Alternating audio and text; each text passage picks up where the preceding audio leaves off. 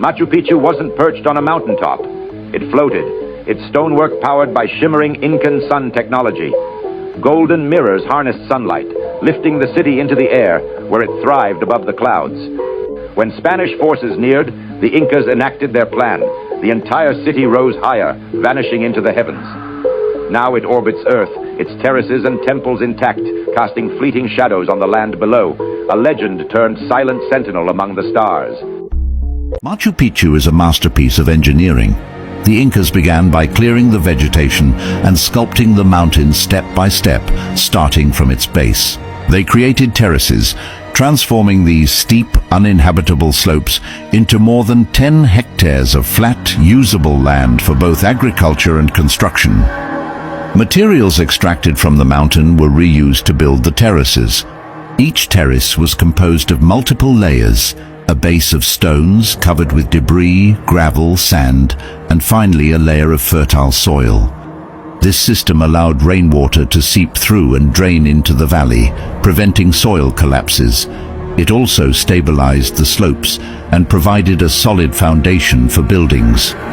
The city was built between two peaks, Machu Picchu to the south and Huayna Picchu to the north, and was divided into two main areas, the urban sector and the agricultural sector. The agricultural sector contained 5 hectares of cultivated land, with only a handful of structures, including a guard post and storage buildings. The urban sector reflected the typical organization of Inca cities, divided into 2 parts. The upper section, known as Hanan, was home to the most prestigious buildings, often reserved for religious and ceremonial purposes. Below, the lower section, called Hurin, served more practical and residential functions, accommodating the daily needs of the city's inhabitants. These 2 sections were separated by a vast central plaza measuring 90 meters long and 25 meters wide. This space was the heart of the city's social and religious life, where people gathered for ceremonies, dances, festivals, and even military parades. In total, 200 buildings were constructed in this area. It all began with a whisper. A whisper not of wind, but of stone, carried across centuries from the heart of the Andes. Here, in the magnificent citadel of Machu Picchu, a place I have always found utterly bewitching, history has just been turned on its head. It is September 2025, and the world is buzzing with news that changes everything we thought we knew about this sacred place. For so long, we have gazed upon these terraces and temples, believing them to be the masterpiece of one great Inca ruler. But now, the stones themselves have revealed a secret, a hidden layer of history that predates the famous Pachacuti by generations.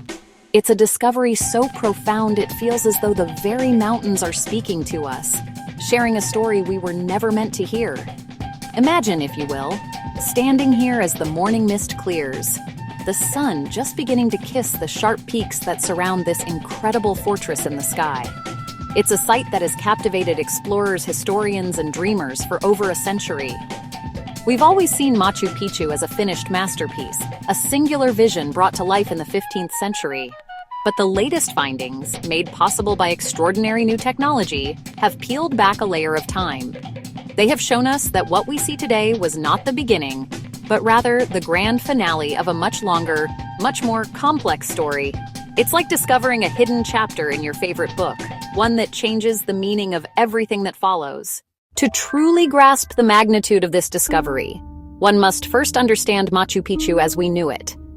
Perched nearly 8,000 feet above sea level in the Peruvian Andes, this breathtaking site is a miracle of engineering and artistry. It's a city built on a knife-edge ridge, flanked by deep canyons carved by the roaring Urubamba River below. Getting here, even today, is a journey. You feel as though you are ascending into another world, a realm of clouds and granite peaks. It's this very isolation that kept it hidden from the Spanish conquistadors, and indeed from the wider world until its rediscovery by Hiram Bingham in 1911. It's a place that feels utterly magical, a true lost city.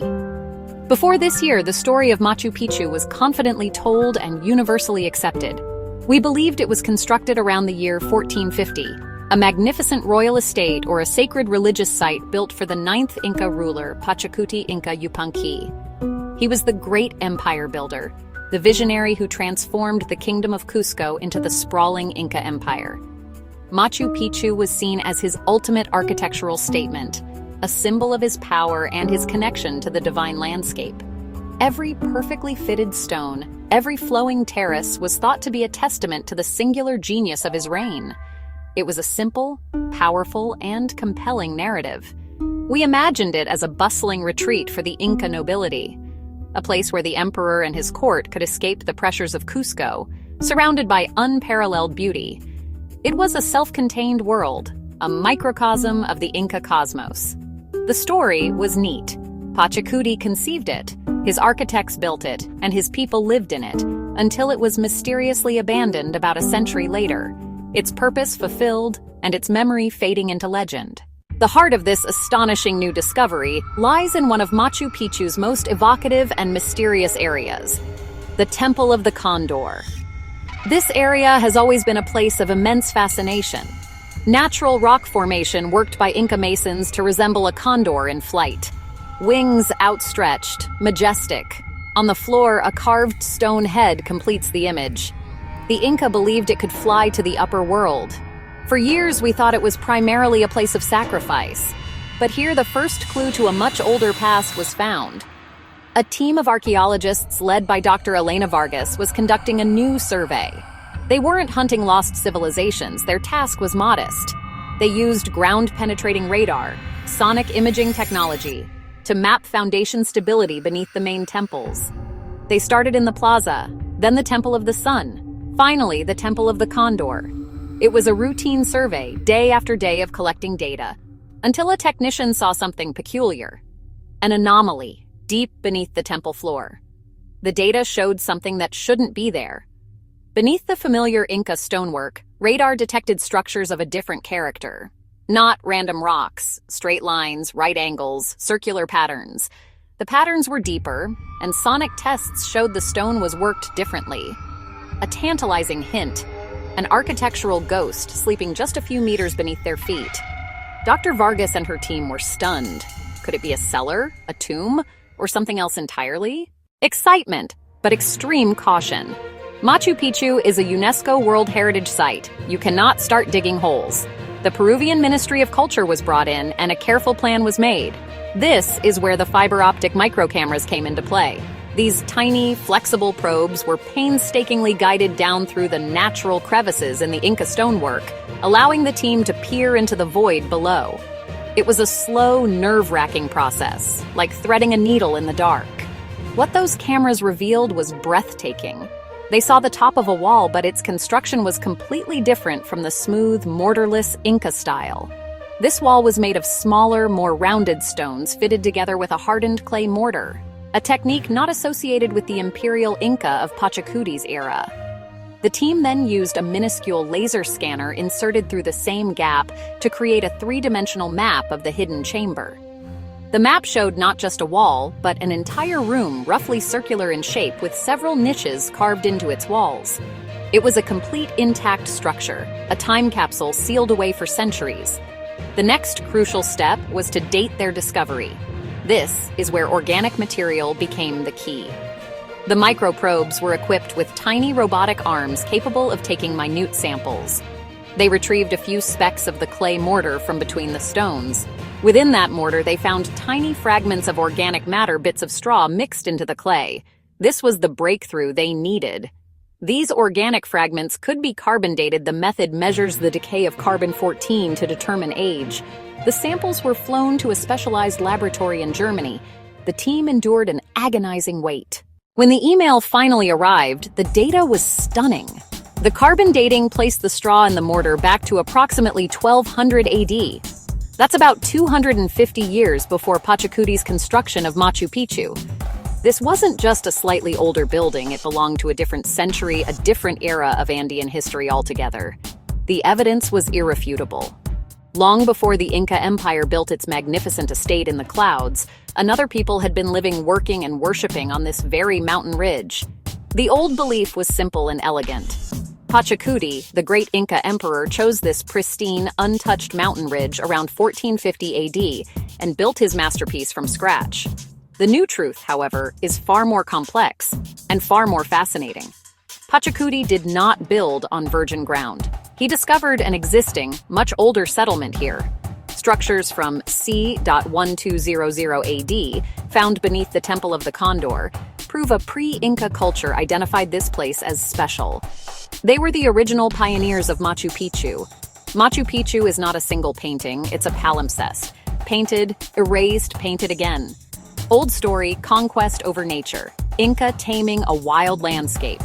New story, continuity and reverence. Pachacuti and his architects were not just builders, they were historians. They saw predecessors' work and chose to honor it. The Temple of the Condor, once thought purely Inca, is a layered sacred space shared across centuries. The Inca inherited the sacredness and amplified it. This shift to a multi-generational legacy is pretty profound.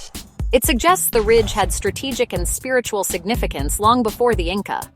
Old belief. Inca conjured a city from nothing. New findings. Inca as inheritors and curators of an older tradition. It doesn't diminish Inca genius. It enhances it. It shows deep respect for the past and a desire to connect to ancient Andean roots. The story of Machu Picchu just got a whole lot richer. When you hear the archaeologists speak about this discovery, their excitement is absolutely infectious. They speak not just of stones and dates, but of a whole new way of seeing the past. Dr. Elena Vargas, whose team was at the heart of the discovery, put it beautifully in a recent interview. We used to think of Machu Picchu as a book with one author, Pachacuti, she explained, her eyes alight with passion. Now we have found a hidden prologue written by an unknown author 2 centuries earlier. Our job now is to learn the language of this first author and understand the story they wanted to tell. It's the challenge of a lifetime. Another leading expert, Professor Marco Ramos from the University of Cusco, has focused on the cultural implications of the find. He reminds us that this changes more than just the history of one site. This forces us to reconsider the very nature of the Inca expansion, he stated. The traditional view was of a military machine that conquered and imposed its culture. This discovery suggests a more nuanced process. The Inca may have been adept at absorbing older venerated sites and integrating older venerated sites into their imperial system. They were not just conquerors, they were synthesizers, weaving older threads into their own magnificent tapestry. He speaks of it as an act of cultural diplomacy, not just brute force. I particularly love the way Dr. Vargas describes the moment they first saw the carbon dating results. There was a long silence in the lab, she recalled with a smile. No one dared to speak. We just stared at the date on the screen, 1200 AD. It was a number that shouldn't have been possible. In that moment, we all felt the immense weight of history, the realization that we were standing on the edge of a completely new understanding.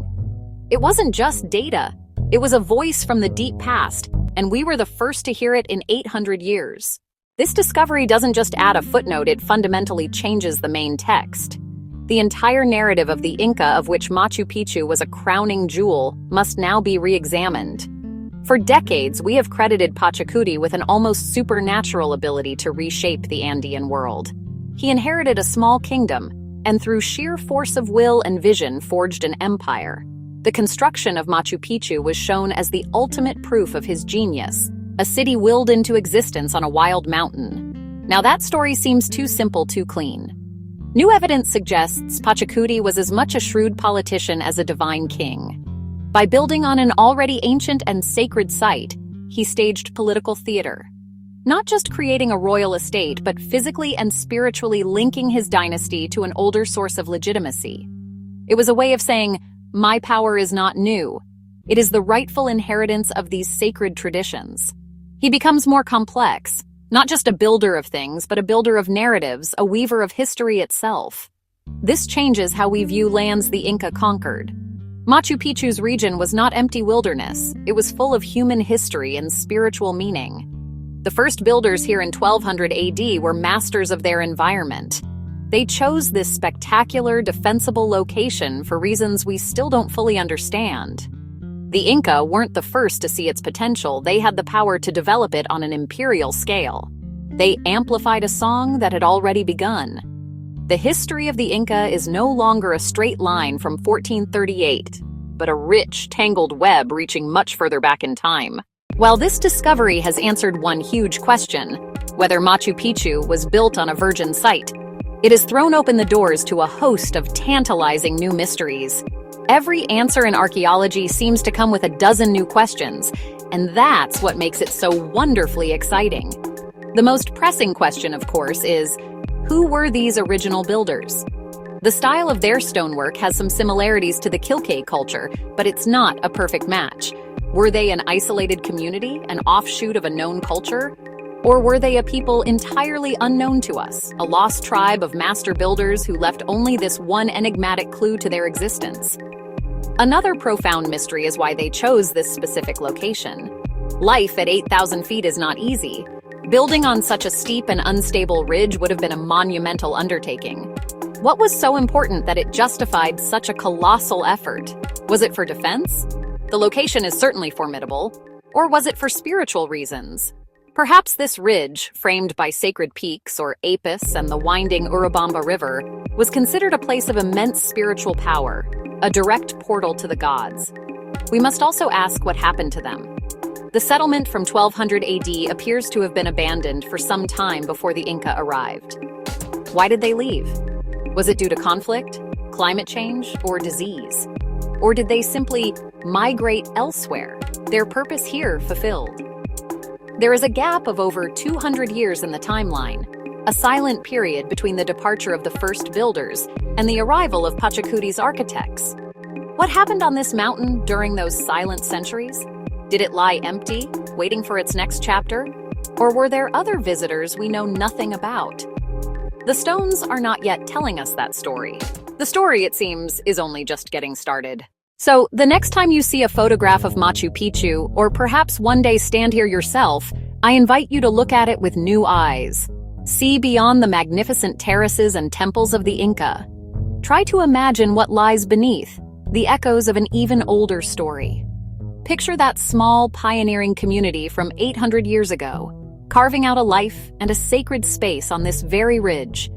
Feel the continuity of human spirit that flows through this place, a spirit of reverence for the mountains and the sky that connects these first builders to the mighty Inca, and now, to us.